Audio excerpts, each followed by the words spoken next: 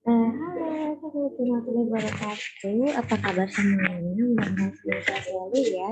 Jadi, pada video pembelajaran kali ini, Ibu akan menjelaskan lebih lanjut mengenai materi yang sudah kita bahas di minggu selanjutnya, di mana sistem informasi keberlakuan ini kan ada dua aliran ya. Yang pertama adalah penerimaan sistem informasi dan yang kedua adalah kesuksesan sistem informasi. Nah, kita akan pelajari dulu lebih dalam mengenai penerimaan sistem informasi dulu ya, gitu. Nanti di video selanjutnya Ibu akan menjelaskan kembali mengenai apa sih itu sistem kesuksesan sistem informasi itu model dan teorinya seperti apa. Mari kita simak sama-sama. Nah, jadi model penerimaan sistem informasi yang akan kita bahas pada video kali ini ada 11.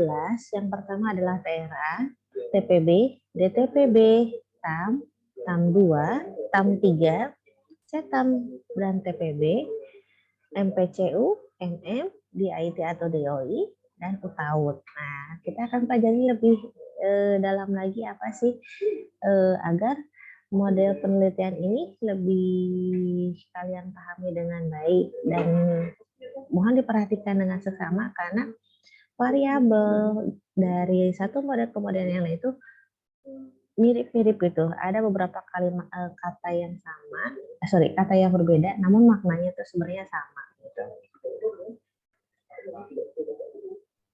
Yang pertama kita akan belajar mengenai TERA atau Theory of Reason Action. Teori ini dikemukakan oleh Martin Fishburne dan Isaac Achen di tahun 1975. Jadi TERA ini mengsuggestikan bahwa behavioral intention depends on person attitude about behavior atau minat perilaku seorang itu didasari dari sikap personal atau individu terhadap perilaku. Nah, perilaku di sini maksudnya apa? Salah satu statementnya misalnya gini, won't I do this sort of a thing normally? Ataukah misalnya, apakah yang saya lakukan ini hal yang normal? Apakah hal yang saya lakukan ini masuk akal atau nggak aneh gitu di depan orang lain gitu saya gitu ya. Normal nggak ya gitu saya. Lalu dan N subjective norm atau norma sosial. Norma subjektif atau ada juga yang menyebutkannya dengan norma sosial. Karena statementnya juga seperti ini. Kalau kalian bisa perhatikan, would other people in the group do this? Apakah orang lain juga akan melakukan hal yang sama dengan saya? Gitu. Jadi lebih bukan ke diri sendiri, tapi ke lingkungannya gitu. Nah, TRA ini atau Theory of Reason Action ataupun teori tindakan beralasan ini terdiri dari 4 variabel. Nah, untuk kedepannya saya akan menjelaskan variabel ini dengan istilah konstruk. Nah, jadi di sini ada 4 konstruk di mana ada attitude toward behavior ataupun sikap, subjective norm atau norma subjektif, behavioral intention ataupun minat, dan yang keempat yaitu perilaku atau behavior. Nah, ada garis di mana misalnya attitude toward behavior mengarahkan ke behavioral intention. Nah, ini artinya sikap mempengaruhi minat. Nah, sikap mempengaruhi minat ini jadi dengan suatu sikap seseorang itu akan menimbulkan minat dari seseorang dalam menggunakan sistem informasi tertentu. Contohnya misalnya WhatsApp dan lain misalnya kurang lebih ya. Nah, misalnya gini, sikap saya dalam menggunakan WhatsApp, yaudah, saya pun pakai WhatsApp aja lah gitu. Nah, sehingga ada minat, misalnya, saya minat ya udahlah pakai WhatsApp aja lah gitu. Kayaknya lebih support kok buat keperluan saya gitu. Nah, lalu hipotesa ini menandakan bahwa sikap atau attitude toward behavior merupakan konstruk atau variabel eksogen ataupun yang mempengaruhi. Nah, kalau behavioral intention itu dipengaruhi atau disebut dengan variabel endogen. Jadi ada variabel eksogen, ada variabel endogen. Ada yang mempengaruhi, ada juga yang dipengaruhi gitu. Nah, di sini ada 3 hipotesa, berarti sikap terhadap minat atau attitude toward behavior terhadap behavioral intention, lalu subjective norm terhadap behavioral intention, dan behavioral intention terhadap perilaku atau behavior. Ya, nah kurang lebihnya perhatikan dulu skema awal ini karena kedepannya juga kita akan mempelajari lebih jauh mengenai pengembangan PRA ini. Ini bukan cikal bakal dari pengembangan sistem informasi keperilakuan itu dalam mendeteksi apakah si user itu bisa menerima atau tidak sistem informasi yang digunakan gitu. Kita lanjutkan. Selanjutnya, salah satu peneliti yang membangun model PRA ini yaitu Icek Azen mengembangkan kembali di tahun 1985 di mana dia mengatakan bahwa extension of this TRA since TRA state that actual behavior is highly related to behavioral intention. But the result of some studies show that because of circumstantial limitation, behavioral intention does not always lead to actual behavior. TPB adds the notion of perceived behavioral control, which refers to person perception of their ability to perform a given behavior. Jadi untuk di TPB ini ada penambahan konstruk dinamakan perceived behavioral control. Nah, perceived behavioral control-nya disimpan di bagian mana? Nah, kita bisa lihat sama-sama skemanya atau modelnya.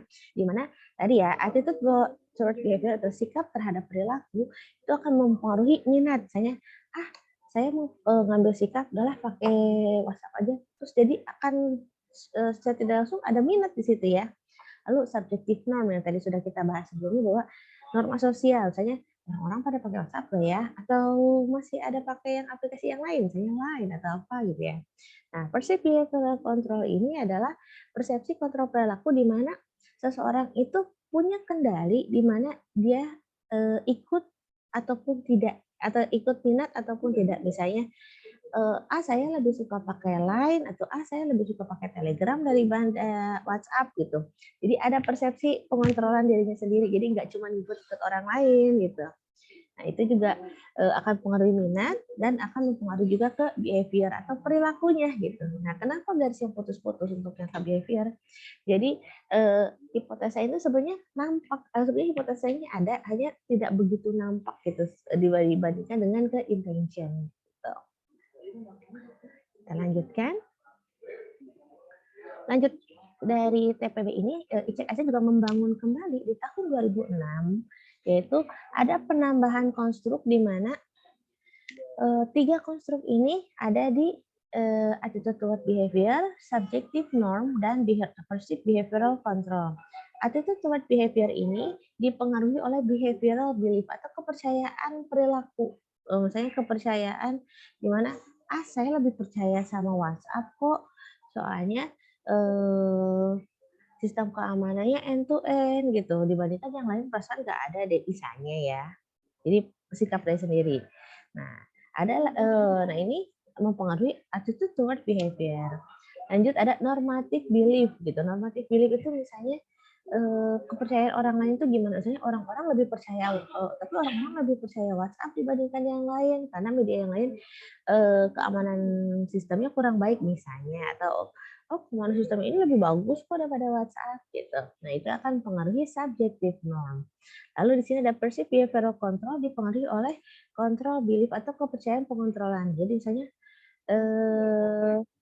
saya percaya kalau WhatsApp itu lebih bagus kok dibandingkan aplikasi yang lainnya, atau misalnya saya lebih suka Telegram aja soalnya kapasitasnya lebih mumpuni misalnya gitu ya. Nah, 3 aspek ini saling berkaitan satu sama lain di mana behavioral belief itu mempengaruhi ke normative belief, begitu pun sebaliknya. Normative belief juga akan mempengaruhi ke control belief, begitu juga sebaliknya, dan behavioral belief berpengaruh terhadap control belief. Nah, selanjutnya di sini ada yang abu-abu nih, actual behavioral control ataupun kontrol perilaku secara aktualnya. Jadi aktual di lapangannya kayak gimana sih bisa mengaruhi, misalnya ternyata di tempat kerja saya itu untuk media komunikasi biasanya pakai WhatsApp, nggak pakai Line, nggak pakai Telegram gitu. Ya udah aja saya ikut aja lah gitu, terus karena saya percaya kok WhatsApp bagus kok misalnya gitu. Contohnya ya. Kita lanjutkan ke DTPB, di mana, DTPB ini adalah model pengembangan dari TPB yang sebelumnya, namun pengembangnya beda. Jadi teori ini dikemukakan oleh Sheri Taylor and Peter Todd di tahun 1995. Mereka mengatakan bahwa like the TPB, but decompose the attitudinal, normative, and control belief into multidimensional construct which provide more explanatory power, better diagnostic value, strength, the ability of the model to explain behavioral intention. Jadi DTPB ini mereka mengatakan bahwa kekuatan penjelasannya itu lebih baik, lalu diagnosanya pun lebih bagus, nilai dan kekuatan dalam kemampuannya dalam menjelaskan minat perilaku itu lebih baik dibandingkan TPB yang sebelumnya sudah dibangun. Nah, DTPB ini ada penambahan di mana di attitude toward behavior ada 3 konstruk, di mana yang pertama adalah ease of use atau kemudahan dalam penggunaan, lalu perceived usefulness atau persepsi kegunaan, dan yang ketiga adalah compatibility ataupun compatibilitasnya gimana. Contohnya attitude toward behavior itu kan artinya sikap ya, sikap terhadap perilaku. Misalnya, kayaknya WhatsApp lebih mudah deh gitu daripada Telegram gitu, karena menurut saya bla bla bla bla bla bla misalnya gitu. Terus misalnya persepsi usefulness itu adalah kegunaan. Menurut saya WhatsApp bagus kok, kegunaannya juga baik, misalnya kalau dulu video call cuman berempat, sekarang bisa berenam misal, contoh ya, contoh statement-nya gitu. Lalu yang ketiga itu ada compatibility atau compatibilitasnya. Jadi dia kompatibel nggak sih terhadap kebutuhan yang kita butuhkan gitu. Lalu ada subjective norm atau norma subjektif, di mana ada 2 konstruk tambahan yang terdiri dari peer influence. Atau peer influence itu adalah pengaruh di sekitar kita gitu. Nah, biasanya yang setara, misalnya di lingkungan kerja atau misalnya karena di kantor saya itu sebenarnya kalau media komunikasi memang WhatsApp, cuman untuk media transfer data itu pakai Telegram gitu. Karena kalau di WhatsApp itu maksimal file yang bisa dikirim itu cuma cuman 100 megabyte, tapi kalau di Telegram itu bisa sampai 1 giga misalnya gitu. Ya udahlah, yang lain juga bilangnya pada bagus kok. Nah, itu namanya peer influence, jadi pengaruh di sekitar kita. Lalu yang selanjutnya ada superior influence atau pengaruh superior. Contohnya gini, di tempat kerja kita itu mewajibkan kalau harus mengumpulkan data atau dokumentasi hasil bekerja kita itu di Telegram misalnya, karena atasan-atasan yang lainnya pakainya Telegram nggak pakai WhatsApp misalnya gitu. Jadi ada pengaruh yang sangat dominan di mana jadinya kita ngikut gitu loh. Lalu selanjutnya adalah perceived behavioral control atau persepsi kontrol perilaku. Nah, ini juga ada tiga konstruk tambahan di mana ada self efficacy atau efektivitas diri sendiri. Jadi menurut saya ya udahlah, udah ikut Telegram aja, tapi saya lebih nyaman pakai WhatsApp, misalnya kayak gitu ya. Nah, jadi persepsi diri sendiri gitu. Lanjut ke research facilitating condition, di mana kondisi yang memfasilitasi sumber dayanya itu lebih mumpuni yang mana gitu. Dan yang terakhir adalah teknologi facilitating condition, di mana kondisi fasilitas teknologi seperti yang tadi contoh sampelnya ya, Telegram itu bisa mengirimkan data lebih dari misalnya maksimal 1 gigabyte. Kalau misalnya WhatsApp itu maksimal hanya 100 megabyte. Contoh sampel statement-nya seperti itu. Jadi teknologi yang diterapkan pada sistem informasinya itu seperti apa, sehingga kasarnya gini, kita kalau misalnya kalian nih para mahasiswa sama saya disuruh gini, pokoknya mata kuliah Ibu, kalian kalau mau konsultasi, mau bertanya seputar perkuliahan, kalian harus menggunakan BBM misalnya gitu. Terus misalnya karena menurut Ibu itu BBM itu sistem keamanannya walaupun nggak banyak digunakan tapi lebih baik daripada WhatsApp gitu. Jadi ada persepsi di mana Ibu itu menganggap bahwa teknologi yang di BBM itu lebih baik daripada di WhatsApp gitu. Tapi itu kan persepsi setiap orang beda-beda ya gitu. Kita lanjutkan. Selanjutnya TAM atau Technology Acceptance Model atau model penerimaan teknologi. Teori ini dikemukakan oleh Fred Davis di tahun 1989. Ia mengatakan TAM is an information system theory that model is how user come to accept a technology and how they use the technology. Jadi TAM ini adalah sebuah teori di mana bisa mengidentifikasi bagaimana penerimaan si user dalam menggunakan suatu sistem informasi ataupun aplikasi tertentu. Jadi dia menerima nggak ya gitu loh. Nah ini ada modelnya atau konstruk apa saja yang terlibat pada model TAM tersebut. Mau diperhatikan karena TAM ini banyak pengembangannya, hampir mirip sama TPB. Di sini ada konstruk inti di mana ada perceived usefulness, perceived ease of use, attitude toward using, behavioral intention, dan actual use. Yang kita bahas dulu yang dari paling bawah, lalu ada tambahan eksternal variabel ya, tapi kita skip dulu. Di sini ada perceived ease of use atau persepsi kemudahan, di mana menganggap bahwa WhatsApp lebih gampang kok daripada BBM, Bu. Kalau BBM kalau misalnya kita mau komunikasi sama orang kan harus minta dulu PIN BBM-nya. Kalau WhatsApp kita tinggal nyimpan nomor handphone langsung terintegrasi. Oh, ternyata dia pakai WhatsApp. Oh, ternyata dia enggak gitu. Nah, jadi misalnya kemudahannya misalnya. Nah, dia mempengaruhi ke perceived usefulness atau persepsi kegunaan. Oh iya, kegunaannya kalau dipikir-pikir bagus juga ya. Nah, perceived ease of use, kemudahan dan kegunaan ini mempengaruhi attitude toward using ataupun sikap dalam menggunakan. Jadi, oh ya, akan mempengaruhi sikap kita kan seperti apa sih? Udah mau mudah, terus banyak kegunaannya gitu ya. Jadi akan ada faktor sikap yang terpengaruh di sini. Lanjut, attitude toward using juga akan mempengaruhi ke behavioral intention atau minat dalam menggunakan, minat dalam perilaku tersebut gitu. Nah, behavioral intention juga dipengaruhi oleh perceived usefulness atau persepsi kegunaan. Nah, behavioral intention ini mempengaruhi actual use atau penggunaan aktualnya. Jadi pada intinya kalian tetap menggunakan sistem aplikasi yang mana nih? Atau mungkin kalau enggak kita ngambil sampelnya aplikasi untuk media komunikasi, anggapnya e-commerce ya. Misalnya e-commerce ada yang lebih senang pakai Shopee, misalnya ada yang lebih senang pakai Lazada, ada yang lebih senang pakai Tokopedia, ya gitu.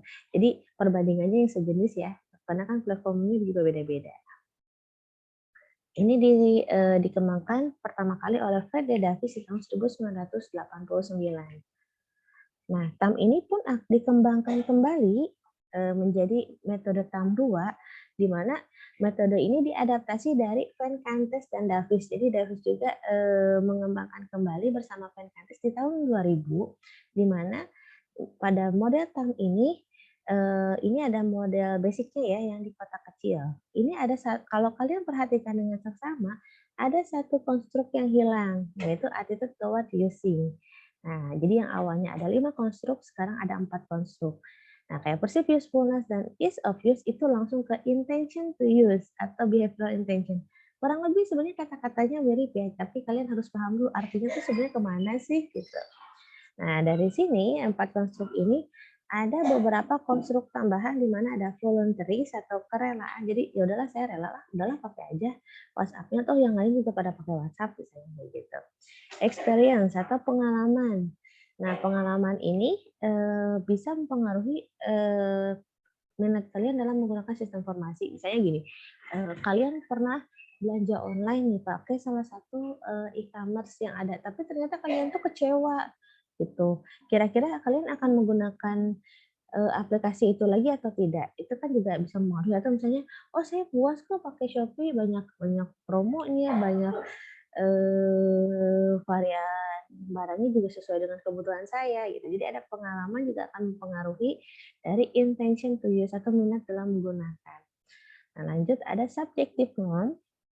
Subjective norm ini orang-orang pada pakai apa ya? Sehingga norma subjektifnya gitu ya.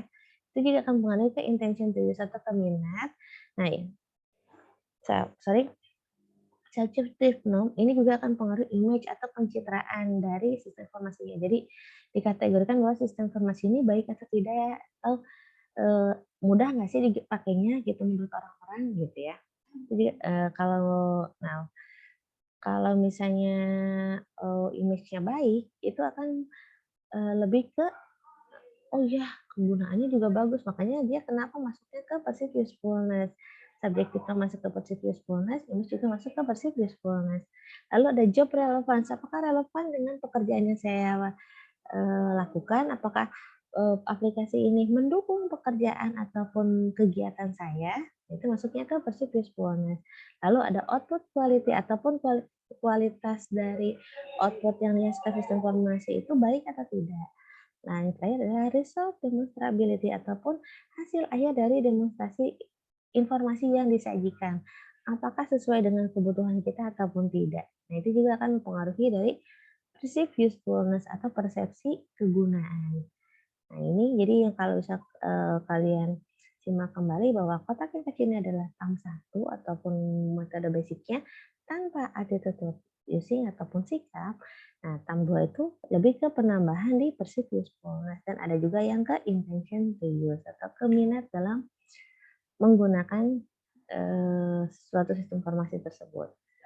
Nah, tam ini pun dikembangkan kembali menjadi tam 3. Nah, untuk tam 1 tadi sudah kita bahas ya, tam 2 juga sudah. Nah, penambahan tam 3 itu ada pada konstruk perceived ease of use. Nah, ini pun dibagi dua, ada anchor dan adjustment atau ada konstruk inti dan konstruk penambahan, di mana yang inti itu adalah computer self efficacy ataupun kalian lebih nyaman, lebih apa ya, lebih prefer atau lebih saya pribadi lebih suka pakai sistem informasi yang ini Bu, gitu ya, saya, computer science itu seperti itu. Menurut saya lebih efisien aja gitu, dari segi waktu, tenaga, biaya gitu, menurut saya lebih bagus yang ini, gitu. Lalu perception of external control ataupun ada, persepsi dari kontrol eksternal. Misalnya orang-orang, berpendapat bahwa, bagusan Telegram sebenarnya karena data, apa sih, kayak grup juga, kapasitasnya lebih banyak dari WhatsApp, terus misalnya media transmisi data juga, kapasitas filenya itu bisa sampai 1 giga misalnya gitu. Jadi ada persepsi dari orang lain kayak gitu. Lalu computer anxiety ataupun kecemasan komputer. Nah, karena memang SIK ini ada faktor ilmu psikologinya, jadi ada beberapa, eee, gejala-gejala, misalnya contohnya anxiety atau kecemasan. Kecemasan di mana, "Duh, kira-kira saya kalau pakai Telegram, keamanan data saya aman nggak ya?" Atau misalnya, "Kalau saya, coba pakai Telegram, kira-kira, untuk komunikasi sama yang lain gimana ya? Apakah semua punya Telegram atau tidak?" Gitu. Jadi ada kecemasan gitu di situ. Yang terakhir adalah computer playfulness atau lebih menarik gitu. "Oh, sebenarnya saya lebih menarik WhatsApp sih daripada Telegram teh." Kayaknya, nggak tahu kenapa, menarik aja saya gitu ya. Kalau ada juga yang misalnya, "Ah, enggak, saya mah lebih senang pakai Line karena banyak stikernya," misalnya kayak gitu. Lalu adjustment atau penambahan di mana di sini ada perceived enjoyment atau persepsi kenyamanan bahwa, "Oh ya, saya lebih nyaman nih menggunakan WhatsApp dibandingkan yang lain," atau, "Ah, saya lebih nyaman pakai Line," atau, "Saya lebih nyaman pakai Telegram," kayak gitu ya. Lebih enjoy yang mana nih? Nah, yang terakhir adalah objective usability ataupun biasanya kita menggunakannya apa gitu, objective usability. Jadi, walaupun misalnya banyak, ada WhatsApp, ada Line, ada Telegram ataupun aplikasi yang lain gitu ya, tapi saya lebih senangnya pakai WhatsApp sih. Tapi ya udah itu juga akan mempengaruhi dari perceived ease of use. Jadi kalau yang di tam 2 itu lebih ditekankan ke perceived usefulness dan behavioral intention, tapi kalau di tam 3 itu lebih ke perceived ease of use atau kemudahan, gitu ya. Dilanjutkan ke sistem TPB atau Combined Time dan TPB, di mana yang putih ini kalau kalian perhatikan merupakan konstruk yang ada pada TPB. Di sini ada attitude toward usage, subjective norm, perceived behavioral control, mempengaruhi behavioral intention, dan perceived behavioral control mempengaruhi actual behavior. Nah, yang abu-abu ini merupakan konstruk yang berasal dari TAM, di mana di sini ada perceived usefulness dan perceived ease of use yang mempengaruhi ke attitude toward usage atau ke sikap, gitu ya. Tuh, kita lanjutkan kembali ya. Nah, kita akan eh, bahas mengenai model MPCU atau Model of Utilization. Nah, teori ini dikemukakan oleh Thomson, Eugene, and Howell di tahun 1991. Nah, jadi dia membuat statement bahwa behavior is determined by what people would like to do. Misalnya, perilaku itu bisa menunjukkan bagaimana orang itu melakukan sesuatu atau attitude, apa yang mereka pikir akan mereka lakukan, atau social norm, atau pengaruh eksternalnya, mungkin kalau yang sebelum-sebelumnya kayak subjective norm gitu ya, sejenisnya.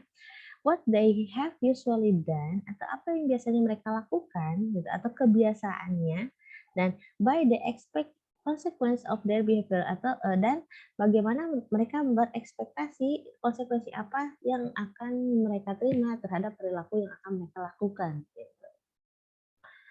Nah, model MPCU ini sebenarnya lebih sederhana ya kalau kalian lihat. Jadi di sini semuanya terpacu pada PC utilization. Nah, jadi di sini yang pertama ada social factor. Jadi faktor sosialnya seperti apa akan mempengaruhi ke PC utilization, complexity atau kompleksitasnya, job fit. Jadi ya, apakah dia kalau yang tadi job relevance, nah ini job fit apakah sesuainya dengan pekerjaan saya atau kegiatan yang saya lakukan, long term consequence ataupun konsekuensi jangka panjang, kira-kira saya kalau pakai aplikasi ini dalam jangka panjang gimana ya gitu. Terus aja kayak karena kan biasanya sistem informasi ataupun aplikasi tidak selamanya murni akan selamanya digunakan ya, karena kita sudah pelajari sama-sama bahwa kayak BBM udah jarang dipakai, atau misalnya aplikasi-aplikasi yang lain juga ada beberapa yang ditinggalkan, misalnya Yahoo Messenger ataupun apa gitu ya, atau WeChat, KakaoTalk, itu kan sudah banyak yang tidak dipakai gitu. Lalu efek toward use, jadi efek dari menggunakan aplikasi tersebut itu seperti apa? Apakah misalnya satu aplikasi ada yang ukuran satu filenya itu besar, atau ada yang satu ukurannya itu filenya itu juga kecil gitu. Mempengaruhi nggak dengan perangkat yang kita gunakan? Facilitating condition atau kondisi yang memfasilitasi kita dalam menggunakan sistem informasi tersebut. Kira-kira mumpuni atau tidak gitu. Kita lanjutkan ke model yang selanjutnya. Oh, sorry, kelewat ini. Nah,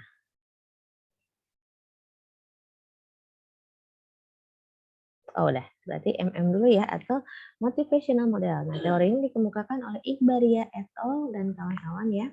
Di tahun 1996, dia mengatakan bahwa integrated and exam of the relative influence of the three motivator. Jadi, pengintegrasian dan pengujian dari pengaruh relatif itu terdiri dari 3 motivator. Yang pertama adalah perceived usefulness atau persepsi kemudahan, kegunaan, or fun and social pressure atau kesenangan dan tekanan sosial, dan or on a individual decision to use microphone atau microcomputer, microphone. Jadi keputusan seseorang dalam menggunakan salah satu perangkat mikrokomputer, ataupun dalam hal di sini kita sistem informasi ya, gitu, karena memang objek penelitian kita lebih ke sistem informasinya. Nah, modelnya seperti apa? Ini kita bisa lihat sama-sama. Di mana di sini ada, kalau kalian lihat di yang sebelah kiri itu ada skill, kemampuan, organizational support, dan organizational usage atau kemampuannya bagaimana, lalu support organisasinya bagaimana, dan penggunaan organisasinya bagaimana. Ini berpengaruh terhadap perceived complexity ataupun persepsi kompleksitasnya bagaimana, dan ini juga berpengaruh terhadap perceived usefulness, persepsi kegunaan, perceived fun or enjoyment, atau persepsi kesenangan ataupun kebahagiaan mereka menggunakan sistem informasi, social pressure atau tekanan sosial, dan juga dia mempengaruhi sistem usage atau penggunaan sistem. Nah, perceived complexity juga akan mempengaruhi perceived usefulness, perceived fun or enjoyment, dan social pressure atau tekanan sosial. Ketiga konstruk ini pun akan mempengaruhi ke sistem usage. Ketiga itu maksudnya perceived usefulness, perceived fun or enjoyment, dan social pressure. Jadi ini cukup banyak ya hipotesanya gitu. Dari skill, organizational support dan usage ke perceived complexity, ke usage, lalu ke PU, perceived open enjoyment dan social pressure. Dan ini juga arah-arahnya gitu. Oke, kita lanjutkan ya. Nah, sosial kognitif teori, di mana teori ini dikemukakan oleh Albert Bandura di tahun 1977 sampai 1995. Jadi di teorika perspektif of social kognitif ini, jadi SCT ini mensugestikan bahwa fungsi individu itu akan terlihat dari produk yang dinamis di mana bagaimana cara dia menginterpretasikan,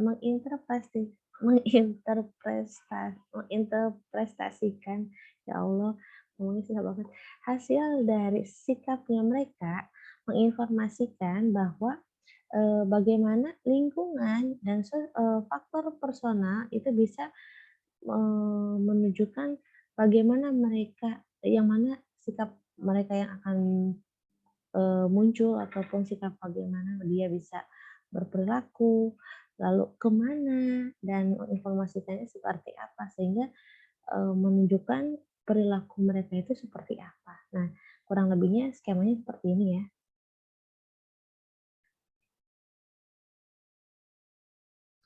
Nah, jadi sebenarnya lebih sederhana kalau ini.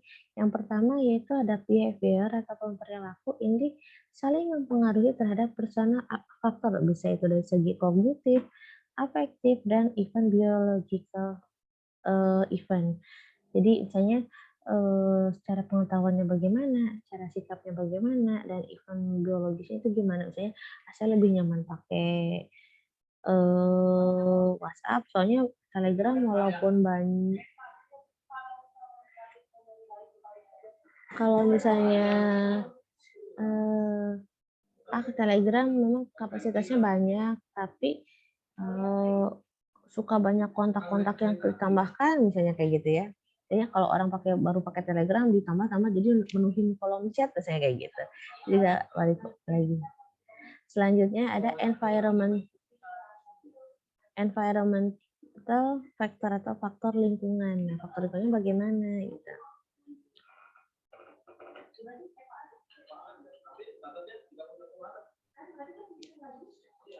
Nah, selanjutnya yaitu di IT atau di OI, jadi Innovation of Diffusion Theory atau Diffusion of Innovation Model.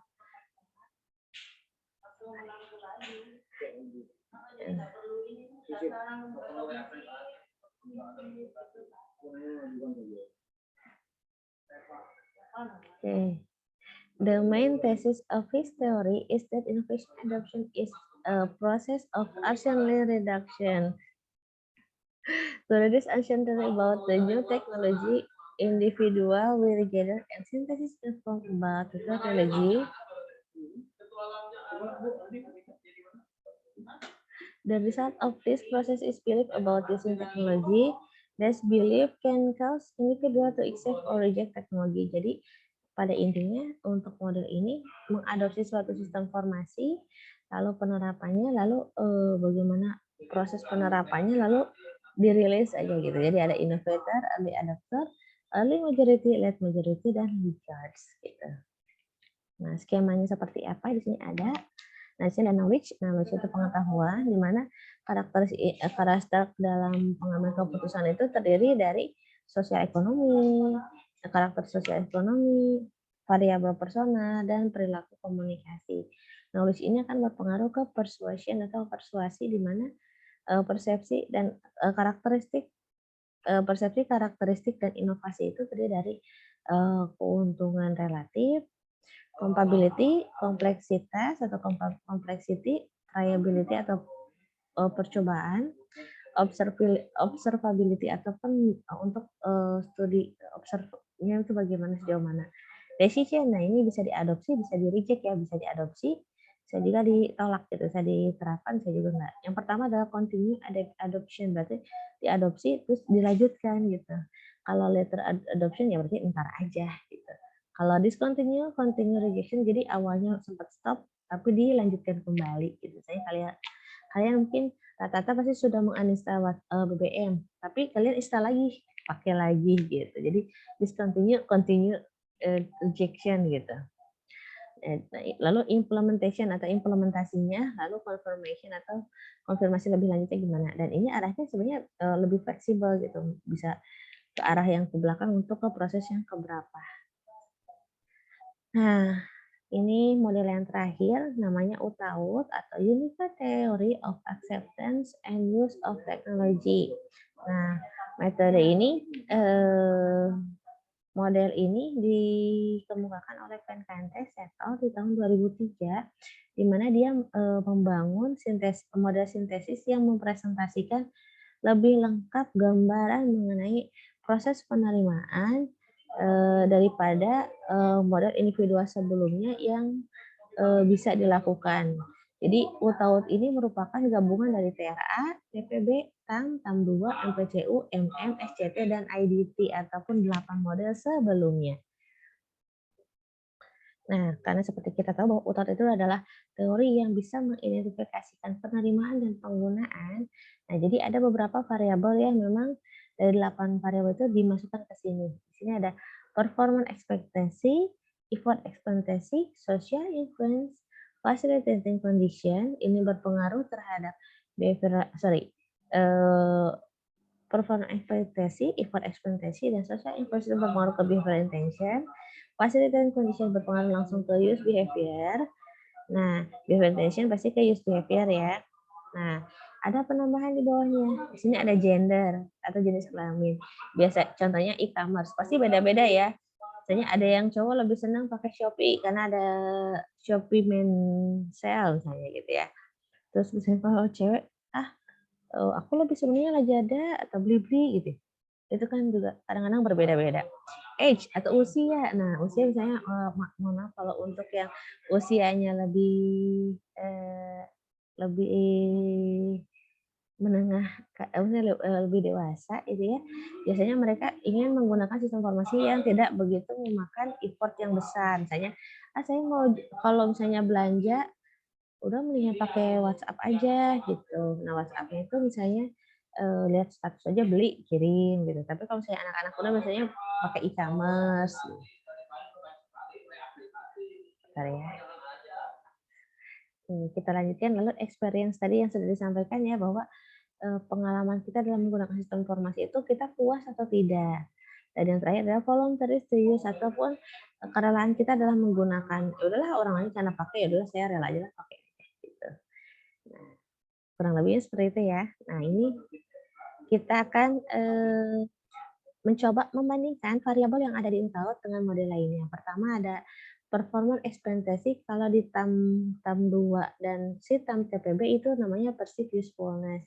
Kalau di MPCU itu job fit, kalau di IDT itu namanya relative advantages, MM itu extrinsic motivation, dan SCT itu namanya outcome expectation. Nah, kalau di effort expectancy itu kalau di TAM 2 dan IDT namanya juga sebenarnya sama ya, perceive is obvious, cuman kalau di IDT namanya is obvious. Di FPCU complexity, kalau social influence itu kalau di TAM 2, TRA, TPB, DTPB, subjektif. Setam TPB itu masuknya ke social influence. Nah, kalau di MPCU namanya social factor dan IDT itu image. Facilitating condition ini kalau di TPB DTPB, sistem TPB itu namanya perceived behavioral control. Di EPCW itu ada facilitating condition dan di IDT adalah compatibility atau kompabilitasnya. Gitu. Kurang lebih seperti itu. Ini menurut Adam Keter di tahun 2018. Nah, jadi untuk materi kali ini saya cukupkan sekian. Nah, silakan dipelajari lebih lanjut mengenai 11 model yang sudah kita bahas. Jadi kalian kalau saya mau melakukan suatu penelitian baik itu misalnya skripsi ataupun bisa juga kalian kembangkan untuk penelitian tesis untuk yang S2 gitu. Kita bisa gitu. Nah, namun biasanya kalau untuk yang S2 itu variabel eksternalnya digunakan. Contoh kayak tadi tahap pertama ya, itu kan ada eksternal variabel. Nah, kalian bisa gunakan eksternal variabel tersebut dengan mengambil penelitian sebelumnya yang sejenis, misalnya bisa perceived risk atau perceived enjoyment atau persepsi yang lain, ada acuannya gitu dari yang lain. Gitu ya. Jadi, untuk materi ini saya cukupkan sekian, silakan dipelajari lebih lanjut materinya. Kalau memang ada pertanyaan boleh tanyakan di kolom komentar, baik itu di YouTube, di Classroom, ataupun di, WhatsApp, baik grup ataupun personal. Ya, terima kasih atas perhatiannya, mudah-mudahan ilmu yang disampaikan bisa tersampaikan dengan baik. Jangan lupa untuk, terus belajar dan terus menggali kemampuan diri agar kita bisa memahami sebuah sistem informasi, secara baik, terutama efek dari personal kita. Jadi jangan sampai kita, sebagai pengguna sistem informasi yang lebih, tergantung sama sistem informasi, tapi kita juga bisa mengasah apakah sistem informasi ini, lebih, sejauh mana ini bermanfaat sehingga bisa kita bisa menerima sistem informasi ini atau tidak gitu ya. Kurang lebih seperti itu. Terima kasih. Akhir kata, wassalamualaikum warahmatullahi wabarakatuh. Salam edukasi.